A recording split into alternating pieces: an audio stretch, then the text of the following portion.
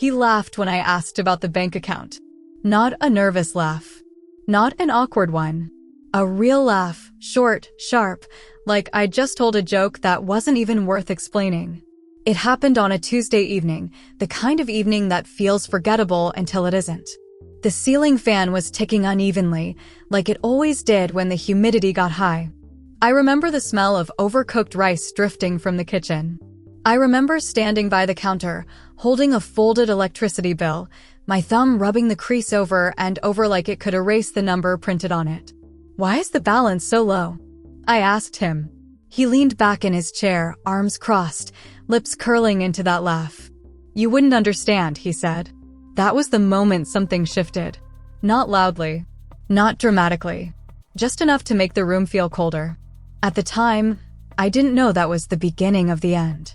I thought it was just another uncomfortable conversation, one of those moments married couples have and move past. I didn't know I was standing at the edge of a truth I'd been avoiding for years. Back then, I still believed love meant trust. And trust meant not asking too many questions. When people ask how long we were married, I usually pause before answering. Not because I don't know the number, 22 years, but because I don't know what that number really represents anymore. We met young. I was 24, working at a small insurance office, proud just to have a desk with my name on it. He came in to renew a policy for his uncle. He wore a white shirt that never quite stayed tucked in and had a way of smiling like he was always in on some private joke. He made me feel chosen, and at that age, that felt like everything. He was charming, organized, confident in ways I wasn't yet. When we married, he told me, "I'll take care of the money. You don't have to worry about that stuff." And I didn't.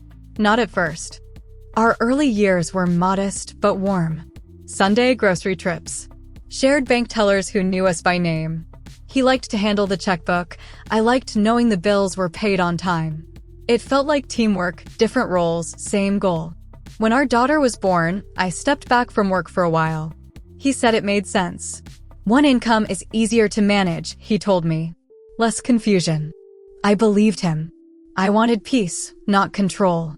He would sit at the dining table once a month, papers spread neatly, calculator tapping softly while I rocked the baby in the next room. Sometimes he'd call out numbers, as if to include me. "We're doing okay," he'd say. And I'd nod, even if I didn't really know what okay meant. Over time, okay became our answer to everything. If I asked about savings, okay. If I asked about retirement, okay. If I asked why we never seemed to get ahead, okay. Life was busy. Kids grow. Parents age. You blink and suddenly years have passed without you noticing the small things you stopped asking. I didn't realize how much I had handed over until I no longer recognized my own name on the account. The first real clue didn't come with a fight. It came quietly, disguised as routine. I went to pay a bill online one afternoon while he was at work. The screen loaded slowly, spinning longer than usual. When the balance finally appeared, I thought there must be a mistake. I refreshed the page. Logged out. Logged back in. The number stayed the same. It was lower than it should have been, not empty, but thin. Fragile.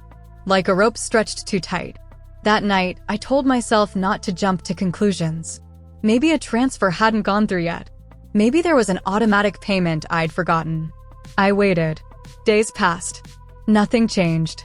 That's when I brought it up. That Tuesday. The laugh. "Why are you checking the account?" he asked, still smiling. "I pay the bills," I said softly. "I just noticed." "You worry too much," he interrupted. "This is why I handle it." The words stung more than I expected. Handle it. As if the money wasn't ours. As if I was a child hovering near something sharp. I remember looking at his hands, clean, steady, folded like this conversation was already over. I felt small standing there, holding a bill I wasn't sure we could afford. That night, I didn't sleep. The fan ticked. The house settled. Every sound felt louder because my thoughts wouldn't quiet down. I replayed his laugh in my head. Not the sound of humor, the sound of dismissal. Still, I told myself I was overreacting. He wasn't cruel. He wasn't violent. He didn't yell. He just decided things. And I let him. The next few weeks felt like walking on an uneven floor. Nothing obvious was wrong, but I was constantly adjusting my step. I started noticing things I hadn't before. He checked the mail first. He changed passwords without telling me. He asked why I needed receipts. Once, when I mentioned taking a short trip to visit my sister, he sighed heavily and said, "Do you have any idea how expensive that is?" I had no idea. That was the problem. One afternoon, I stood in the grocery aisle comparing prices on pasta, my phone calculator open, my chest tight with a kind of guilt I couldn't explain. I realized I was afraid to spend money I didn't even understand. That fear didn't arrive suddenly. It had been planted carefully, watered with jokes, grown through silence. I wasn't being hit. I wasn't being screamed at. But I was being managed. I just didn't have the language for it yet. The night I finally asked again about the bank account, I chose my words carefully. I waited until after dinner. I made tea. I sat across from him instead of standing. "I think we should look at the finances together," I said. "Just so we're both on the same page." He didn't laugh this time. His face hardened. His jaw tightened slightly, a small change, but I'd learned to read him over the years. "Why?" he asked. "Because I'm your wife," I said. "And I deserve to know." The silence stretched. The fan ticked. The tea went cold. He leaned forward and said something that would stay with me long after that night. "Trust me," he said. "Or don't. But this conversation is over." And just like that, he stood up and walked away. I sat there alone, staring at the steam curling faintly from my cup, realizing something I hadn't allowed myself to think before. If I didn't know where the money was, I didn't know where my life was either. After that night, something in me refused to go back to sleep. I still cooked dinner, still folded his laundry, still asked him how his day was. From the outside, nothing changed. But inside, I felt like I'd been handed a puzzle with half the pieces missing and told not to ask where they'd gone. The house felt different when he wasn't home. Quieter. Not peaceful, just alert. Like it was listening. I started paying attention in ways I never had before. The way he positioned himself when he used his phone, screen tilted just enough away from me. The way he'd clear browser history to keep things running fast. The way he spoke about money now, as if it were a favor he was granting me rather than something we shared. Once, I asked him if we could open a small account in my name, just for household expenses. He looked at me like I'd suggested something reckless. "Why would we complicate things?" he said. "I already take care of it." That word again. Take care of it. It wasn't just about money anymore. It was about permission.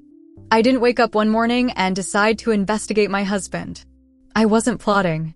I wasn't angry yet. I was scared. Scared of what would happen if something happened to him. Scared of what would happen if something happened to me. Scared because I realized I didn't know how to survive inside my own marriage without his approval. That fear settled into my bones. One afternoon, while he was at work, I opened the filing cabinet in the hallway. I'd passed it 1,000 times. He always kept it locked, said it was important stuff.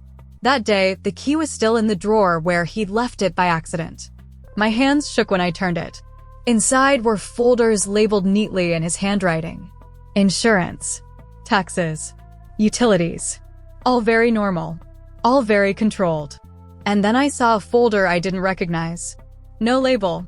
Just a plain manila folder tucked behind the others, as if it didn't want to be seen. I pulled it out. Bank statements. Not ours. Another account. His name on it. Only his. The balance was higher than I expected. Not millions. Not enough to feel like freedom, but enough to make my throat tighten. I sat on the floor, papers spread around me, the smell of dust and old ink filling the air. I felt like I was trespassing in my own life. There were withdrawals that didn't line up with anything I recognized. Transfers that never reached our household account. Dates that coincided with times he'd told me we needed to cut back. My mind raced to fill in the gaps. Was he gambling? Was he planning to leave? Was he hiding something worse? I put everything back exactly as I found it. Locked the cabinet. Returned the key. When he came home that evening, I kissed him on the cheek and asked what he wanted for dinner. I didn't confront him. Not yet. Because the truth hadn't fully revealed itself. And I was learning that the most dangerous betrayals don't announce themselves, they wait until you're ready to see them. Over the next few weeks, the clues stacked up quietly. A credit card bill with purchases from stores I'd never been to. A late notice for a bill I thought had been paid months ago. A casual comment from his brother about how well he manages his money. Well, didn't feel like the right word anymore. I began to keep notes, not dramatically, just small things scribbled in a notebook I hid inside an old cookbook. Dates, amounts, his explanations. He noticed my questions increasing and responded the way he always did, with patience that felt practiced. "You're stressed," he'd say. "You worry too much. Just let me handle it." And sometimes I did. Because doubting someone you love feels like betrayal too. The real discovery didn't come from snooping. It came from humiliation. I went to the bank one morning to ask about a bounced payment, something that had never happened to us before. I stood at the counter, smiling politely, my purse heavy on my shoulder, trying to look like a woman who knew what she was doing. The teller typed for a long time. Too long. "I'm sorry," she said gently. "This account doesn't allow your authorization." I blinked. "I'm his wife." She nodded. "I understand. But your name isn't listed." My name. After 22 years of marriage. I felt heat rush to my face. Other customers shifted behind me. I could hear the printer whirring, the low murmur of voices. "So I can't access my own household account?" I asked. She lowered her voice. "I'm afraid not." I walked out of that bank with my head high and my heart shattered. In the car, I sat gripping the steering wheel, staring straight ahead while tears slid silently down my cheeks. I wasn't crying because of the money. I was crying because I realized how thoroughly I'd been erased. That evening, I told him where I'd been. He didn't deny it. "I did that for our protection," he said calmly.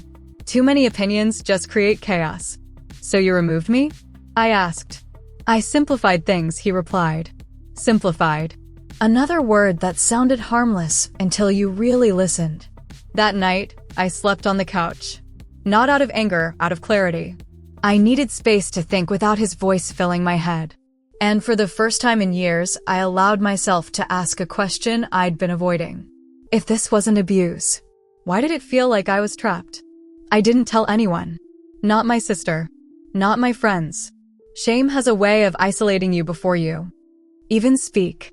Instead, I started learning quietly.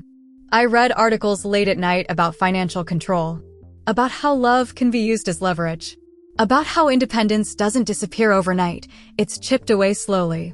Every sentence felt uncomfortably familiar. I wasn't weak. I wasn't stupid. I was trusting. And trust, in the wrong hands, becomes a weapon. By the time I decided to act, I wasn't angry anymore. I was focused. Because if he had planned this carefully, I would have to reclaim my power just as carefully. I didn't confront him right away. That surprised even me. Instead of anger, something steadier settled in my chest, a quiet determination that felt unfamiliar but solid. I realized that if I rushed in with accusations, I'd lose the only advantage I had left, clarity. So I observed. I watched how he moved through the house like everything already belonged to him, not just the furniture, not just the accounts, but the decisions. I noticed how relaxed he was in his control, how certain that I wouldn't push too hard. That certainty told me more than any bank statement ever could. I began waking up earlier than usual. I'd sit at the kitchen table with my coffee while the house was still dark, the hum of the refrigerator the only sound. I started writing things down, not just numbers, but moments.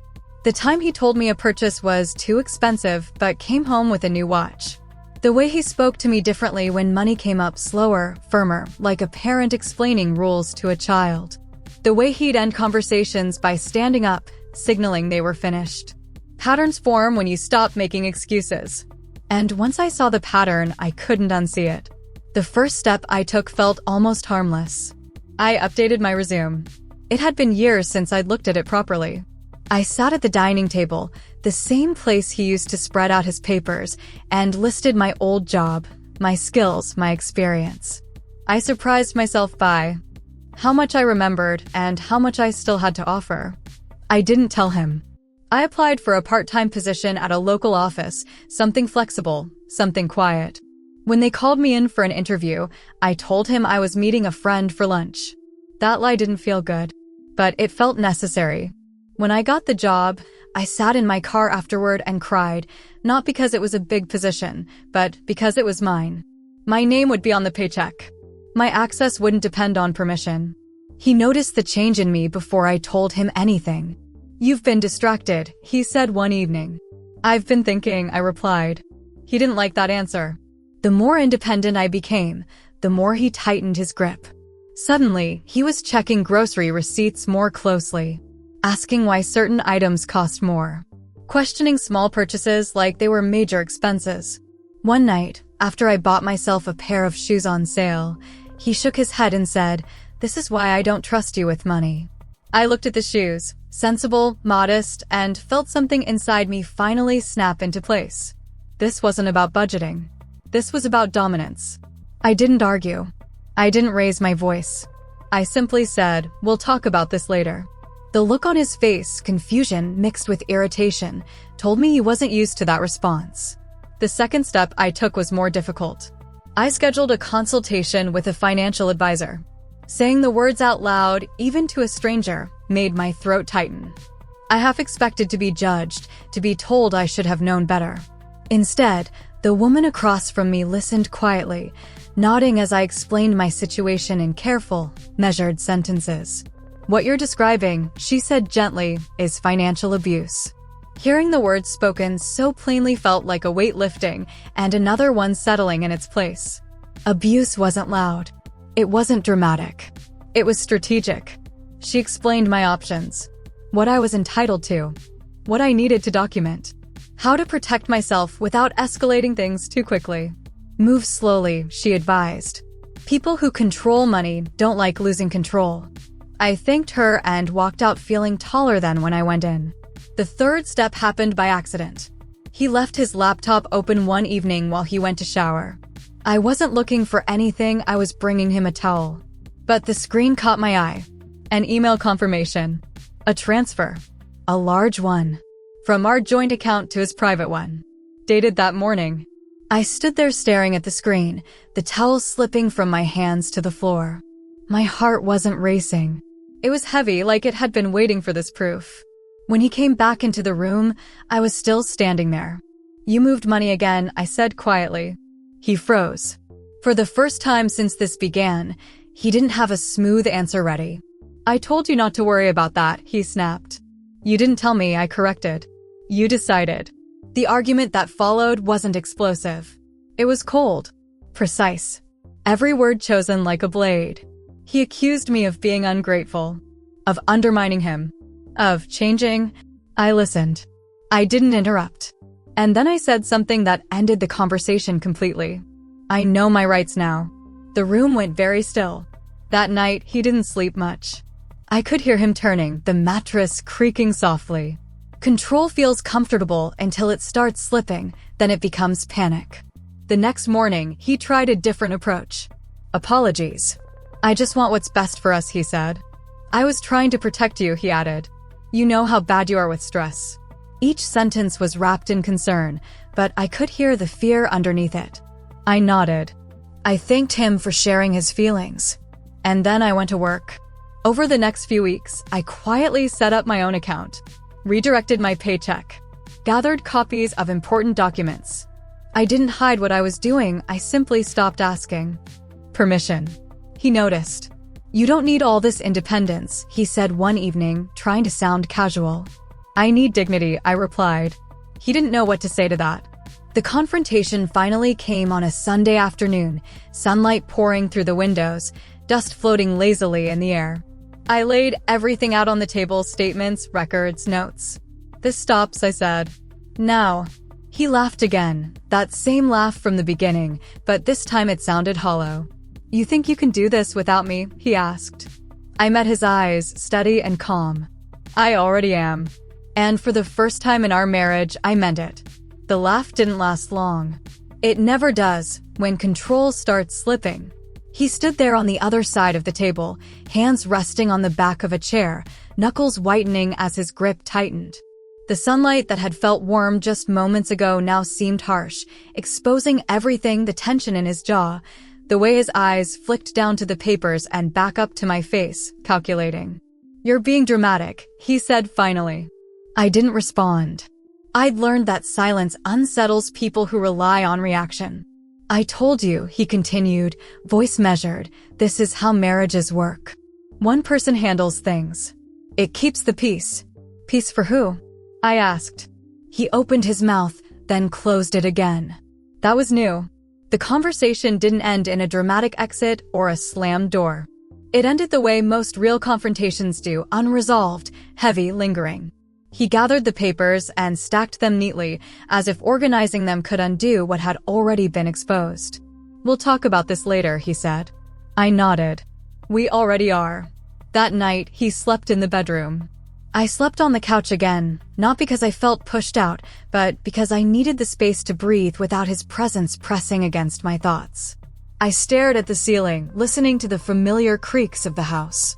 This place had held our life for decades.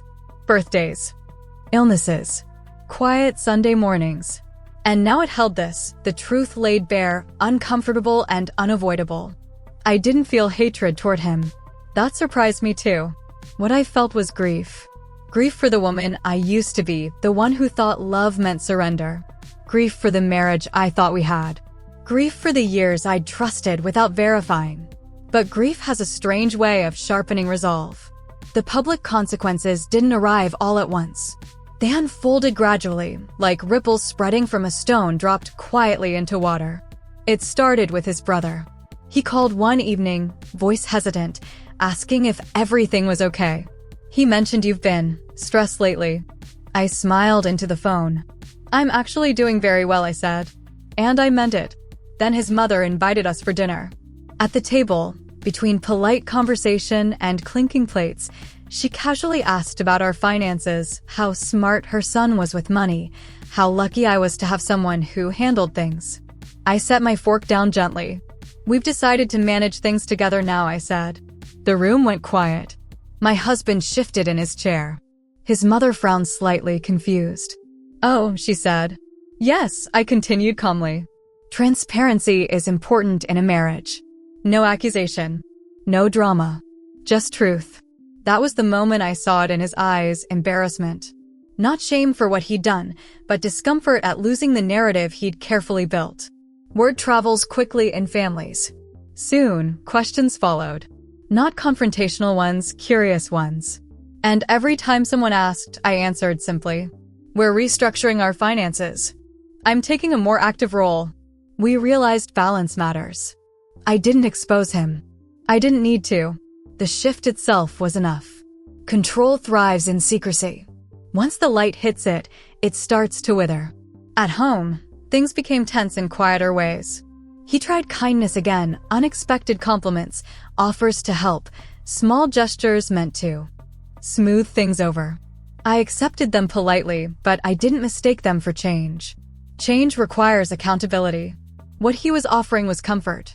One evening, he sat across from me and said, "You know, none of this had to be so complicated." I looked at him for a long moment. "It wasn't complicated," I said. "It was hidden." He didn't respond. The final public consequence came when we met with a mediator. Sitting in that office, neutral walls and soft lighting, I watched him explain his reasoning, how he thought he was protecting me, how he believed stress was harmful for me, how he didn't intend to hurt anyone. The mediator listened carefully. Then she turned to me. "How did it make you feel?" she asked. I took a breath. "Small," I said. "Invisible. Afraid." My husband stared at the floor. For the first time, someone outside our marriage named the damage without me having to justify it. That mattered more than I expected. We didn't separate immediately. Real life rarely offers clean breaks. Instead, we lived in a careful in-between, counseling sessions, separate accounts, new rules that had to be learned and respected. Some days felt hopeful. Others felt heavy. What mattered was this: I was no longer trapped. I had access. I had knowledge. I had choices. And choices change everything. The healing didn't arrive like a sudden sunrise. It came in small moments. The first time I paid a bill entirely on my own. The first time I booked a trip without asking. The first time I said no and didn't explain myself. I began to trust my instincts again. To listen to that quiet voice I'd ignored for years. I wasn't reckless. I wasn't bitter. I was awake. One afternoon, months later, I stood in that same kitchen where this all began. The fan still ticked. The light slanted through the window the same way. I held a bank statement in my hands, but this time, I understood every number on it. He walked in and glanced at the paper. "How's it looking?" he asked carefully. I looked up and met his eyes. "It's clear," I said. And I realized I was talking about more than money. Clarity has a way of changing how you see everything else. Once the fog lifted around money, I began noticing other things I'd accepted without question for years. The way decisions were always framed as practical, never mutual. The way my needs were acknowledged but rarely prioritized. The way love had slowly become synonymous with compliance. It wasn't that he suddenly became a villain in my eyes. He was still the man who brought me soup when I was sick, who remembered how I liked my coffee, who had once held my hand through sleepless nights with a newborn. Those memories didn't disappear. What disappeared was my willingness to disappear for him. Counseling forced us to speak in sentences instead of habits. "I felt responsible," he said during one session, hands folded tightly in his lap. "If something went wrong, it would be my fault." "And where did that leave me?" I asked. He hesitated. That hesitation told me he'd never truly considered the answer. "I thought I was helping," he said finally. Helping. Protecting. Simplifying. The words sounded noble until you measured them against their impact. The counselor leaned forward gently. "Intent doesn't erase harm," she said, especially when power is involved. I felt something loosen in my chest when she said that. Not vindication, validation. At home, we began dividing responsibilities in visible ways. Not perfectly. Not easily. He struggled with letting go. I struggled with asking for what I needed without apology. Sometimes our conversations circled the same ground, frustration simmering beneath politeness. One evening, after an argument that ended with both of us exhausted and quiet, he said something that caught me off guard. "I didn't realize how much I needed to be needed," he admitted. That was the closest he came to honesty without defense. Control, I learned, isn't always about malice. Sometimes it's about fear of being irrelevant, of losing purpose, of facing one's own vulnerability. Understanding that didn't excuse what he'd done. But it helped me stop carrying the weight of blame that wasn't mine. The real healing didn't come from fixing the marriage. It came from rebuilding myself. I expanded my hours at work, took on new responsibilities, learned to navigate conversations with confidence instead of caution. I opened my own savings account, not as an act of rebellion, but as an act of self-respect. The first time I saw my balance grow steadily, I smiled. Not because of the number, but because it represented something I'd reclaimed. Agency. I started talking more openly with my sister, with friends. I discovered how many women nodded quietly when I shared my story, their eyes soft with recognition. "I thought it was just how things were," one friend said. "I didn't know it had a name," another whispered. Financial abuse hides well because it wears the mask of responsibility. Because it doesn't bruise skin. Because it convinces you that you're safer if you don't look too closely. I wish someone had told me that earlier. As months passed, the question we'd both been avoiding finally surfaced. Were we staying together because we'd healed, or because it was familiar? We talked late into the night, voices low, words chosen carefully. There were no ultimatums. No shouting. Just honesty, stripped of pretense. "I don't want to go back to how things were," I said. "I don't think I could," he replied. That answer mattered. We didn't decide everything at once. Real life doesn't work that way. But we agreed on one thing that night. Whatever came next would not be built on silence. The power dynamic had shifted, and neither of us could pretend otherwise. He no longer laughed when I asked questions. I no longer flinched when I asked them. Some days, that balance felt hopeful. Other days, it felt fragile. Healing isn't linear. It's a series of choices made again and again, even when it would be easier to fall back into old roles. I chose myself not selfishly, but fully. One afternoon, I found the old notebook tucked inside the cookbook, the one where I'd scribbled dates and amounts and quiet observations. I flipped through it slowly, recognizing the handwriting as my own, but barely recognizing the woman who wrote it. She had been afraid, careful, apologetic even in her secrecy. I closed the notebook and threw it away. I didn't need it anymore. The last real test came unexpectedly. A minor financial setback, an unexpected repair, a dent in the budget. In the past, this would have triggered tension, blame, lectures. This time, we sat at the table together. Papers spread out. Calculators clicking. "What do you think?" he asked. It was a small question, but it carried weight. "I think we can handle it," I said. Together. And for the first time in a long while, the word together felt honest. I don't tell this story because everything ended perfectly. I tell it because I learned something vital, something I wish every woman understood sooner rather than later. Love should never require blindness. Trust should never demand silence. And partnership should never feel like permission. If someone laughs when you ask about your own life, your own money, your own future, listen to that laugh. It's telling you more than you think. Time didn't fix everything, but it changed how I carried it. There's a difference between healing and forgetting. Forgetting erases. Healing integrates. It lets the scar exist without letting it ache every time you move. I stopped measuring my days by how calm things were at home and started measuring them by how honest I felt inside myself.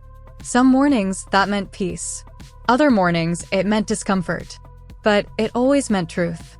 People around us noticed the change before they understood it. I stood differently now. I spoke without that slight upward lilt at the end of my sentences, the one that used to turn statements into questions. I stopped explaining myself before anyone asked. At a family gathering, someone joked, "She's the boss now." I smiled politely. "No," I said. "I'm just equal." The room went quiet for a second, not awkward, just reflective. Equality sounds simple until it actually shows up. He struggled in ways I hadn't anticipated. Without total control over finances, he seemed unmoored. Decisions took him longer. He asked questions he used to answer alone. Sometimes he hovered, unsure of his place.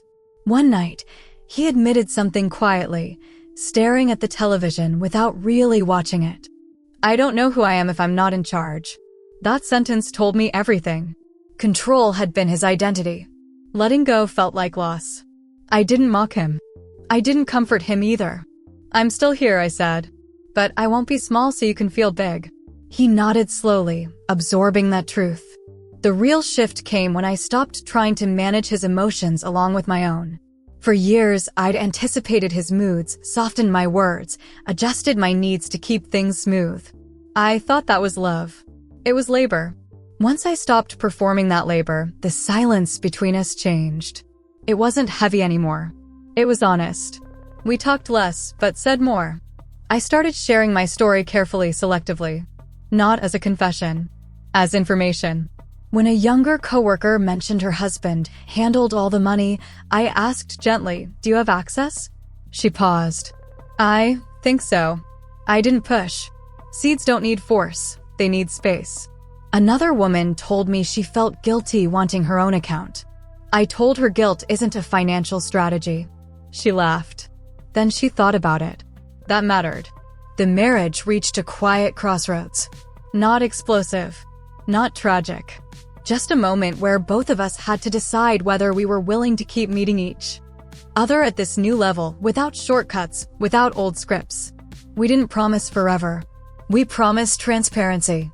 Some people think that's less romantic. I think it's braver. One evening, months later, he handed me a folder. "Everything's in here," he said. "All the accounts. All the details." I opened it slowly. This time, I didn't feel anger. I didn't feel triumph. I felt something softer. Relief. Not because he'd finally done what I asked, but because I no longer needed him to. That distinction mattered. If we stayed together, it would be because we chose each other, not because one of us controlled the ground the other stood on. If we didn't, I knew I'd be okay. That knowledge was freedom. I think about that first laugh sometimes. The way it dismissed me. The way it tried to shrink a reasonable question into something foolish. I wish I could tell the woman I was then what I know now. I'd tell her this. Pay attention to how someone responds when you ask for clarity. Notice whether they explain or belittle, support or silence. Because love that laughs at your need for understanding isn't love protecting you. It's love protecting itself. The house is quiet now in a different way. The fan still ticks. The light still slants across the kitchen floor in the late afternoon. But when I stand there holding a bank statement, I feel grounded instead of afraid. I know where the money is. I know where I am. And that makes all the difference. There are moments when I catch myself standing still, just listening. Not for footsteps. Not for tone changes. Not for signs that I've done something wrong. Just listening to my own breath. That might not sound like much, but for a long time, even that felt like a luxury. The marriage didn't end with a dramatic decision. It ended, or maybe transformed, through understanding. We chose to stay. Not because it was easy. Not because it was expected. But because we were finally standing on equal ground. That choice doesn't make my story better than anyone else's. It just makes it mine. Some people leave. Some people rebuild. Some people do both in different ways. What matters is that the choice belongs to you. I no longer ask permission to understand my own life. When bills arrive, I open them without hesitation. When decisions need to be made, my voice is already in the room. When something doesn't feel right, I trust that feeling instead of burying it under politeness. And when I ask questions, no one laughs. Looking back, the most painful part wasn't the missing money. It was the missing confidence. The way I slowly stopped believing I was capable. The way I deferred instead of deciding. The way I mistook peace for silence. Financial abuse doesn't announce itself with cruelty. It arrives with reassurance. I'll take care of it. You don't need to worry. Trust me. Those words sound loving until they're used to lock you out of your own future. I used to think strength looked loud, defiant, confrontational. Now I know strength can look like patience, like preparation, like waiting until you're steady before you step forward. I didn't scream. I didn't expose him publicly. I didn't destroy anything. I built myself back, quietly, carefully, completely. And that was enough. Sometimes, women tell me they're afraid to look too closely at their own lives. What if I don't like what I find? They ask. I understand that fear. But here's the truth I learned the hard way. Not knowing doesn't protect you. It only delays your power. Clarity might hurt at first, but it heals faster than denial ever will. If you're listening to this and something feels familiar, if someone manages your life while telling you it's for your own good, if asking questions makes you feel foolish instead of informed, please hear this gently. You're not wrong for wanting to understand. You're not ungrateful for asking. And you're not weak for trusting, even if that trust was misplaced. You can be loving and still require transparency. You can be kind and still demand respect. You can choose peace without choosing silence. I don't know what your ending looks like. Maybe it's a conversation. Maybe it's a plan. Maybe it's a door closing or opening. But I do know this. Your life deserves your full presence. That laugh, the one that started it all, doesn't echo anymore. What I hear now is my own voice. Clear, steady, unapologetic. And I won't give that up again. So let me ask you this, quietly and honestly. If someone laughed when you asked about your own future, what would you do next? Tell me in the comments. And if this story resonated with you, consider subscribing. These stories matter because you matter. You're not alone.